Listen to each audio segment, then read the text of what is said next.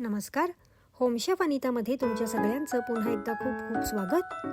आज आपण एक चटपटीत, तिखट आणि झटपट होणारी अशी कुरकुरीत कोल्हापुरी भडंग करून बघणार आहोत. त्यासाठी काय काय साहित्य लागते ते आपण एकदा आता बघून घेऊया. सगळ्यात आधी मी इथे 1/2 किलो भडंगाचे चुरमुरे घेतलेले आहेत. भडंगाचे चुरमुऱ्याचं पाकिट मी नुकतंच फोडलं असल्याने ते अगदी कुरकुरीत आहेत. पण तुमच्याकडे जर का भडंगाचे चुरमुरे शिल्लक असतील आणि ते आधीचे असतील तर तुम्ही कढईत मंद आचेवर 1-5 मिनिटं ते भाजून घेऊ शकता. त्यानंतर शेंगदाणे मी अर्धी वाटी घेतलेले, फुटाण्याचं डाळं 1 वाटी, कढीपत्त्याची पानं अर्धी वाटी आणि ठेचलेला लसूण मी इथे घेतलेला आहे. साधारण 12-15 पाकळ्या मी इथे ठेचून घेतल्या. नंतर काश्मीरी लाल तिखट पावडर मी 2 चमचे घेतलेले आहेत आणि 1-1 चमचा वेगवेगळ्या वाटीत ठेवलेला आहे.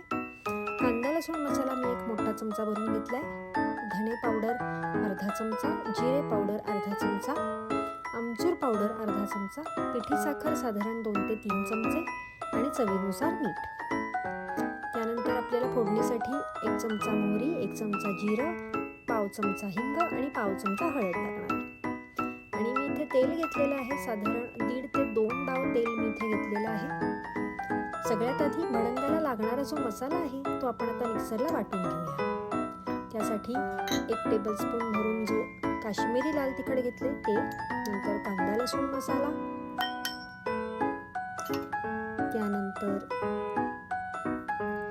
धने पूड, जिरे पूड, आमचूर पावडर,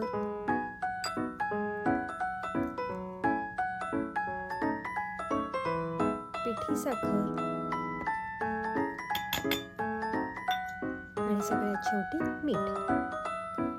हे सगळं आता आपण मिक्सरला फिरवून घेणार आहोत, म्हणजे हे छान एकजीव होईल आणि आपला मसाला तयार होईल.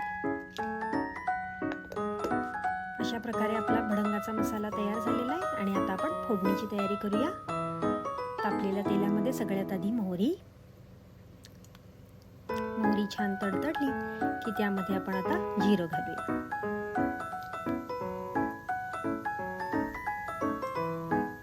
जिरं छान फुलल्यानंतर त्यामध्ये मी आता शेंगदाणे घालणार आहे आणि ते व्यवस्थित तळून घेणार आहे.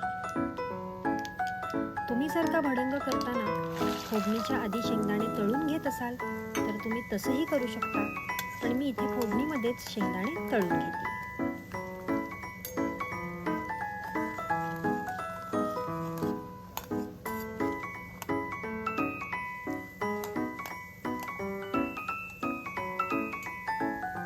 बघू शकता आपल्या शेंगदाण्याचा रंग आता किंचित बदलला आहे आणि त्यामध्ये मी आता डाळं घालते. साधारण 1/2 वाटी डाळं मी इथे घेतलेलं आहे. डाळं आपल्याला अगदी 2च मिनिटं परतून घ्यायचं, कारण का ते फार परतलं गेलं, तळलं गेलं की खूप कडक होतं आणि नंतर चावताना फार त्रास होतो. आता आपण त्यामध्ये घालूया कढीपत्त्याची पाने,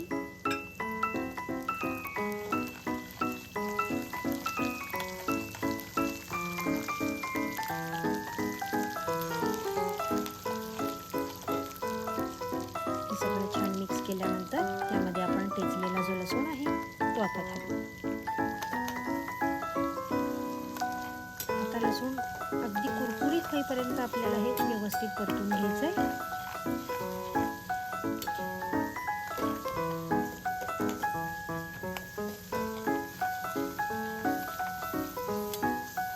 तुम्ही सालासकट सुद्धा लसूण ठेचून घेऊ शकता, पण मी इथे सालं काढलेली आहेत. पण बाहेर जर का तुम्ही बघितलं तर भडंगांमध्ये लसणीची सालं तशीच असतात.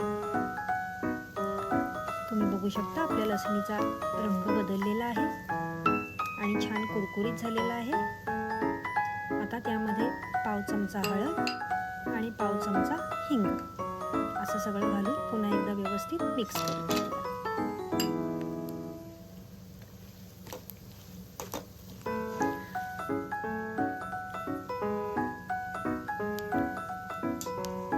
आता सगळ्यात शेवटी आपण मिक्सरला जो भडंगाचा मसाला वाटला होता तो आता मी इथे घालतेय आणि तो घातल्यानंतर 2च मिनिटं परतून मी लगेचच आच बंद करणार आहे, नाहीतर आपला मसाला जळण्याची शक्यता असते. त्यामुळे आच बंद करून आपण आता ही संपूर्ण फोडणी आपल्या चुरमुऱ्यावर घालणार आहोत.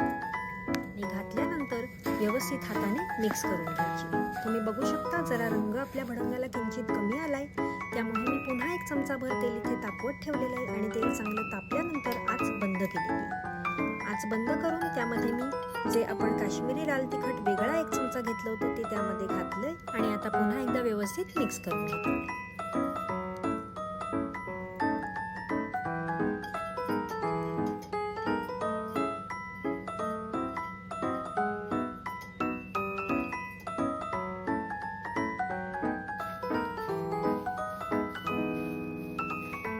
तुम्ही बघू शकता आता आपल्या भडंगाला छान बाहेर सारखा असा लालसर रंग आलेला आहे। अशा प्रकारे आपले कुरकुरीत चटपटीत असे कोल्हापुरी भडंग तयार झालेले आहेत। तुम्हाला हा व्हिडिओ आवडला असेल तर जरूर लाईक आणि सबस्क्राईब करा। भेटूया लवकरच।